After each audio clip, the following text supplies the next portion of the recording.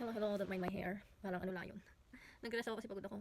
Kagaling namin ng supermarket. Tapos, tumingin kami kung meron silang tindang rice. Kasi since last week, last Friday ba yun? Basta last week, nagkakaubusan ng rice. Pumunta kami ng Cosmos. Walang rice. Tapos ngayon pumunta kami ng supermarket. Wala din. As in, wala. Ubus lahat. Tapos pumunta kami ng Welsha. Wala din. Wala silang tindang rice. Wala, nagkakaubusan ngayon yung rice nila. I think meron pa kaming rice pero konti na lang yun. Siguro good for 1 week. I'm not sure. Tingnan natin kung meron pa. Ibakan namin ng rice. Yan, ito na lang. Meron natin ng rice. Yan. I think ano, kaabot pa naman ito ng ano. Siguro 2 linggo. 2 linggo siguro to sa amin kasi sa ano natin. Siguro abot yun ng 2 weeks kasi kapag meron naman kaming work is ano, ay wala pala kaming ano ngayon, wala kaming lunch. Kaya lang ako kasi August kasi ngayon pero meron akong trabaho ng August. So yung ginagawa ko, nagluluto ako every morning ng rice kasi nagbabaon ako. Kasi kapag bibili ka sa labas sa convenience store, mas mahal. Pero kapag magluluto ka sa bahay, yun makakatipid. Mag ano lang kami, mag bread. Or ano, kain kami ng ano ng jagay mo. Jagay mo. Patatas, sweet potatoes. Ano ba yun yung